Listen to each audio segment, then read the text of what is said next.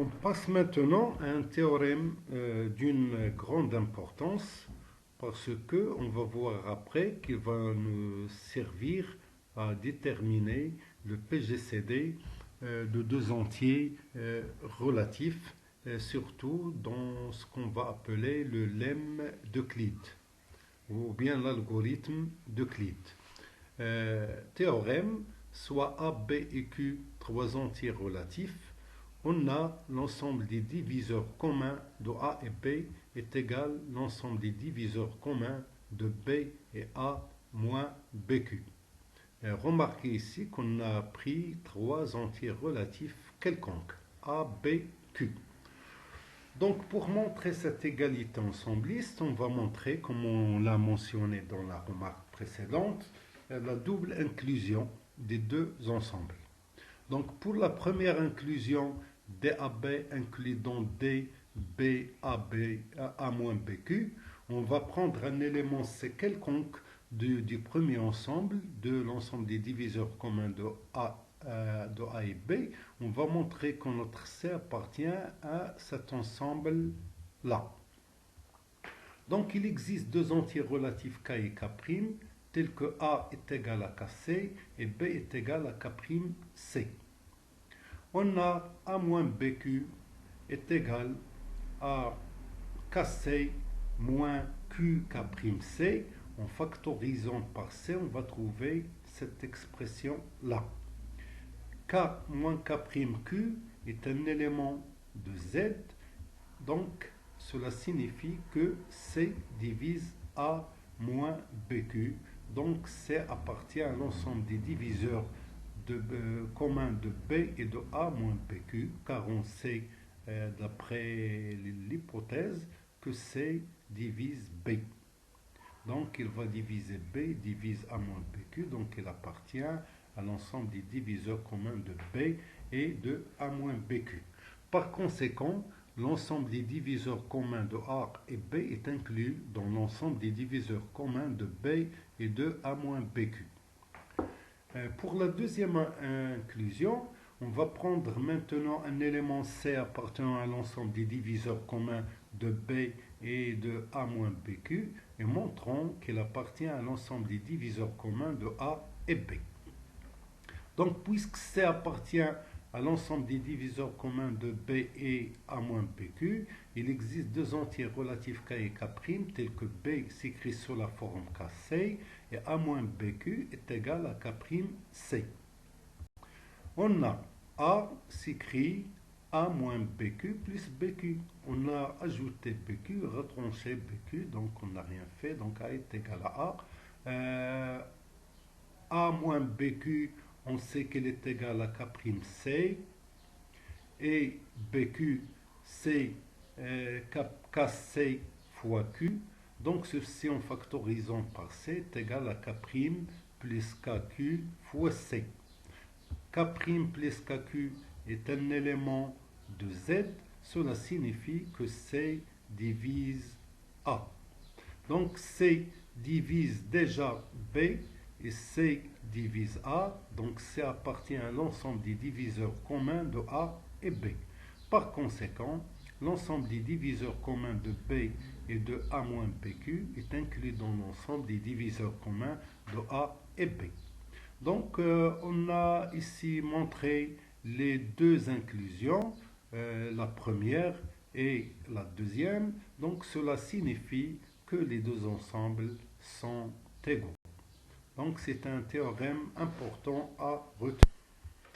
Un exemple du théorème précédent. On prend par exemple A est égal à moins 15, B est égal à 6 et Q est égal à 2. On a bien sûr A moins BQ est égal à moins 27. Donc on va chercher l'ensemble des diviseurs communs de A et B, c'est-à-dire de moins 15 et 6. On trouve ici rapidement moins 3, moins 1 à 3. Donc on va prendre 6 qui est le plus petit en valeur absolue. Donc les diviseurs de 6 qui divisent moins 15 sont moins 3, moins 1 et 3. De même, l'ensemble des diviseurs communs de B et de A moins BQ, c'est-à-dire de 6 et de moins 26, il est formé de moins 3, moins 1 et 3 car les diviseurs de 6 qui divisent 27 sont moins 3, moins 1, il reste le 6, il ne divise pas 26. Donc on voit bien que l'ensemble des diviseurs communs de A et B est égal à l'ensemble des diviseurs communs de B et de A moins BQ. On passe maintenant à un exercice sur la divisibilité. Vous devez le faire vous-même et après voir la solution. Donc prenez votre temps pour le résoudre. Pour la solution, on sait que x carré moins y carré est égal à 35 est équivalent à x moins y, facteur de x plus y est égal à 35. Pardon. Donc soit x, y, un couple d'entiers naturels, solution de l'équation, bien sûr si l'on existe.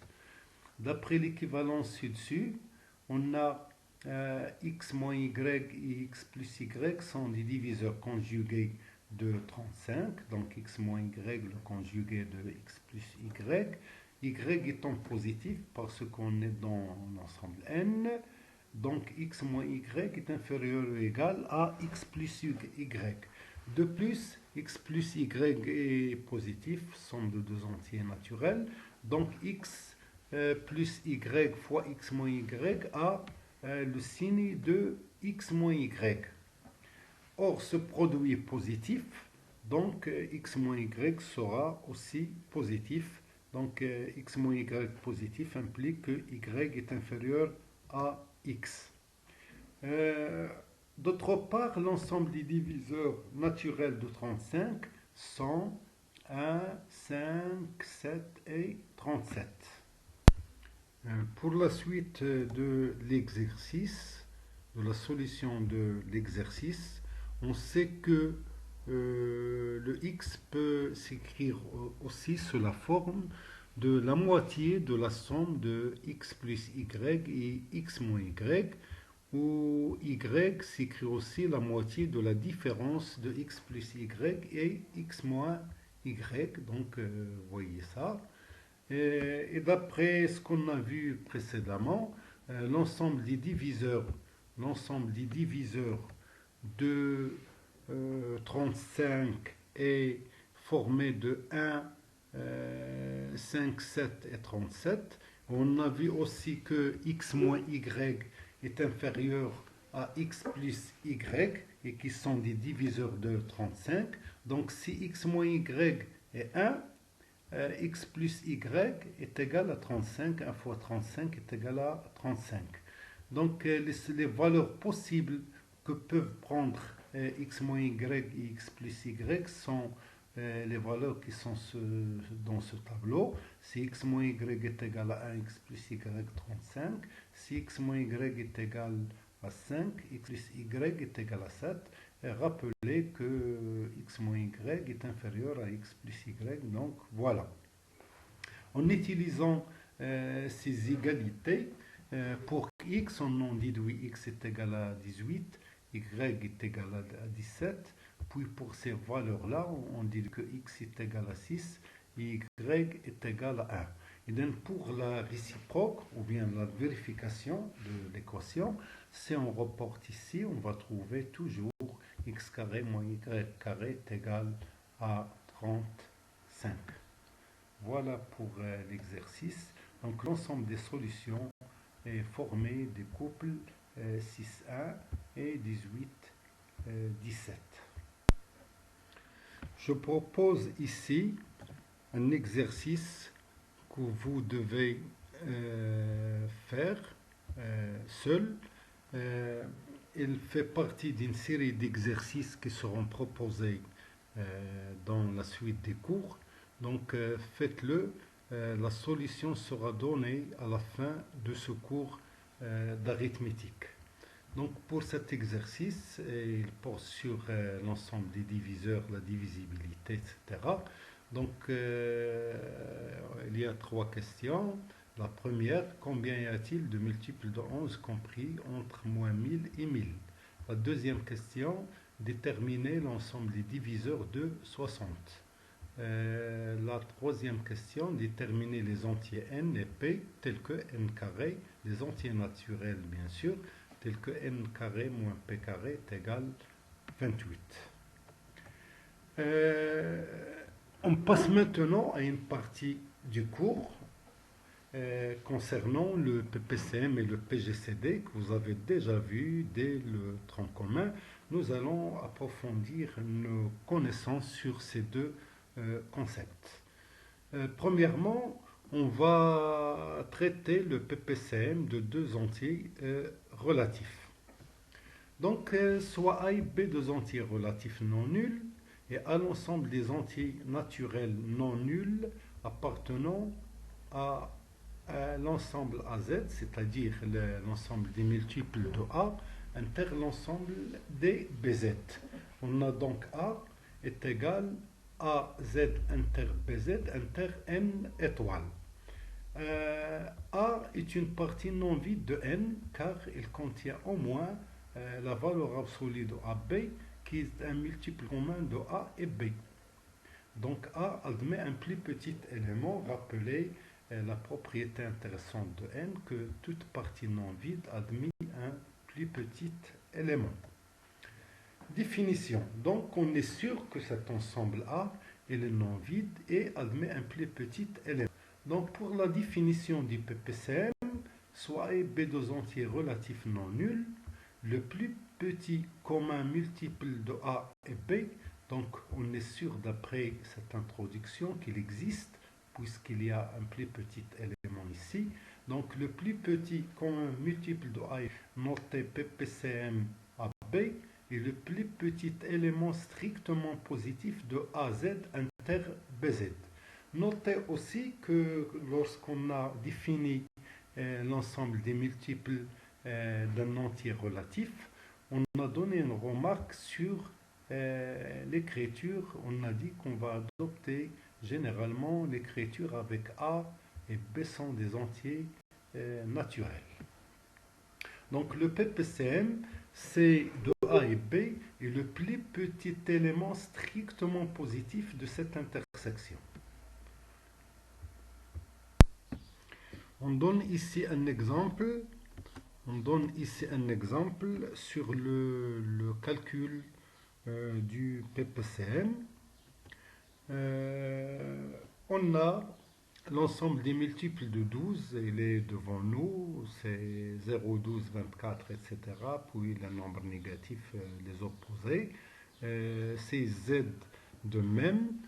Donc, l'intersection des deux ensembles, l'intersection de 12Z et 16Z, elle est formée par les éléments 0, 48, 96, 48, les opposés. Donc, le PPCM, c'est le plus petit commun multiple. Ici, on voit que c'est 48. Une petite application, cette application nous donne une méthode, pour le calcul de PPCM lorsque, bien sûr, le nombre ne sont pas assez grands. Par exemple, on va calculer le PPCM de 8 et 3. Donc, pour le calcul, on va prendre le plus grand élément des deux. Bien sûr, on va prendre les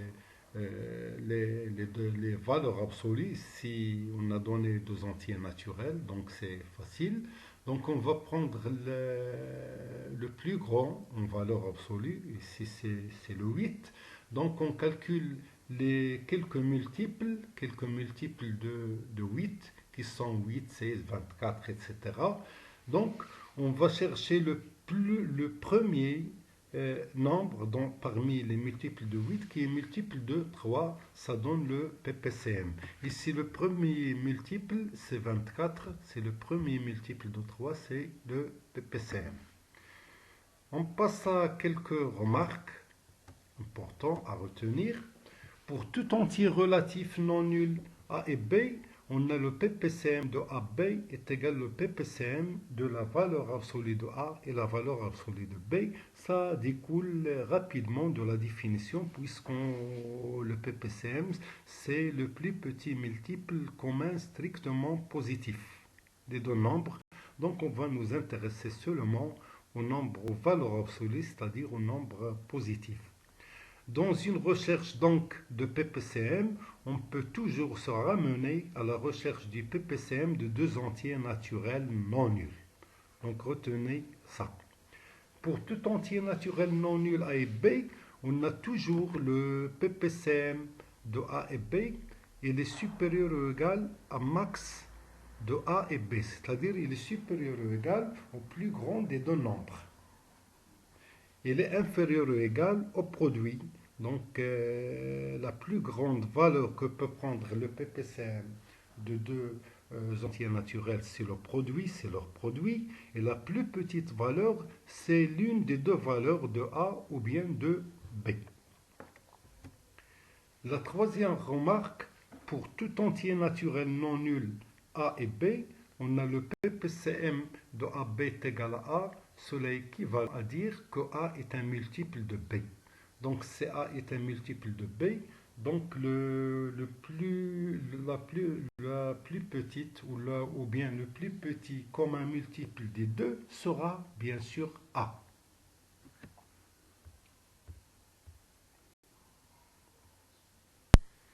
On donne maintenant l'un des théorèmes importants dans ce cours, car il nous donne une bonne caractérisation du PPCM et on va en déduire une bonne caractérisation aussi du PGCD. On va voir ça par la suite. C'est le théorème 1. Soit A et B deux entiers naturels non nuls, on note mu leur PPCM.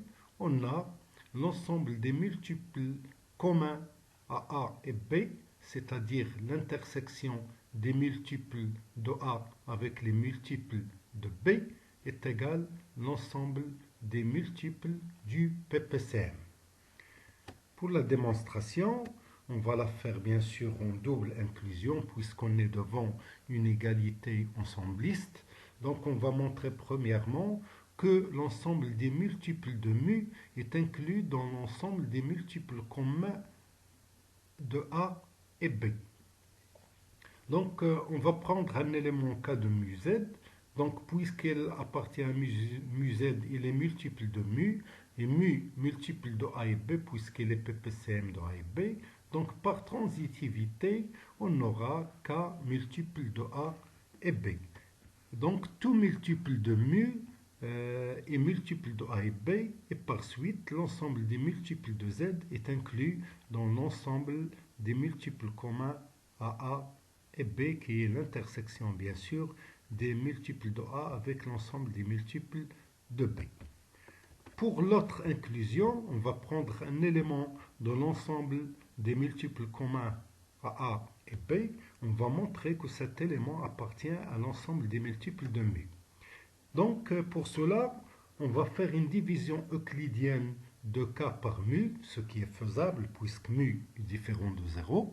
Donc soit Q et R le quotient et le reste respectivement de cette division, on a bien sûr K est égal à R plus mu Q avec R compris entre 0 et mu, ce qui veut dire que R est égal à K moins mu Q. Or, on sait que K est un multiple commun de A et B, puisqu'on a pris le cas dans l'intersection des multiples de A et des multiples de B. Et on sait par définition du PPCM que mu est un multiple commun de A et B. Donc si on le multiplie par un nombre Q, on va avoir un multiple commun de A et B aussi. Donc le R qui est la différence de deux multiples communs de A et B est un multiple commun de A et B. Par suite, R appartient à l'inter BZ. De plus, mu est le plus petit élément strictement positif de l'ensemble des multiples communs de A et B. Et on a, d'après la division euclidienne, le R est inférieur strictement à mu, donc nécessairement R est égal à 0 puisqu'il est aussi multiple commun de A et B et inférieur au plus petit strictement, donc le R est égal à 0. On en déduit alors que K est égal à mu Q puisque le R est nul, donc K est égal à mu Q. Par suite, K appartient à MUZ, donc l'ensemble des multiples communs de A et B est inclus dans l'ensemble des multiples du PPCM. Donc finalement, on a montré la double inclusion, ce qui signifie que les deux ensembles sont égaux, c'est-à-dire l'ensemble des multiples communs de A et B n'est autre que l'ensemble des multiples de mu. Donc une remarque importante, cette propriété signifie qu'un entier C, s'il est multiple et les multiples de A et B, si seulement C les multiples de mu. Donc ce qui est important, c'est un sens ici, c'est que tout multiple commun de A et B est un multiple de mu. À bien noter ça. Donc on a montré que c'est un élément C est un multiple de deux nombres entiers naturels A et B, et il est aussi multiple du PPCM, de leur plus petit multiple commun. Donc c'est un résultat très important à retenir. Un exemple pour la propriété ou bien le théorème précédent, on sait que le PPCM de 12 et 16 est égal à 48. Donc un nombre est multiple de 12 et 16 si seulement si il est multiple de 48. Donc c'est une bonne caractérisation qui nous donne la relation qui existe entre les multiples communs de 12 et 16 et les multiples de leur PPCM. Un exemple, par exemple, si on prend 12 fois 6, on sait que AB est un multiple commun de A et B. Donc 12 fois 6 qui est 192 est un multiple commun de 12 et de 16. Donc d'après le théorème précédent, c'est forcément un multiple de 48. Une notation pour le PPCM, soit A et B deux entiers relatifs, le PPCM de A et B se note aussi par cette notation-là, le PPCM qu'on lit PPCM de A et B ou PPCM de B et A. Donc PPCM de B et A, ça revient à dire PPCM de A et B.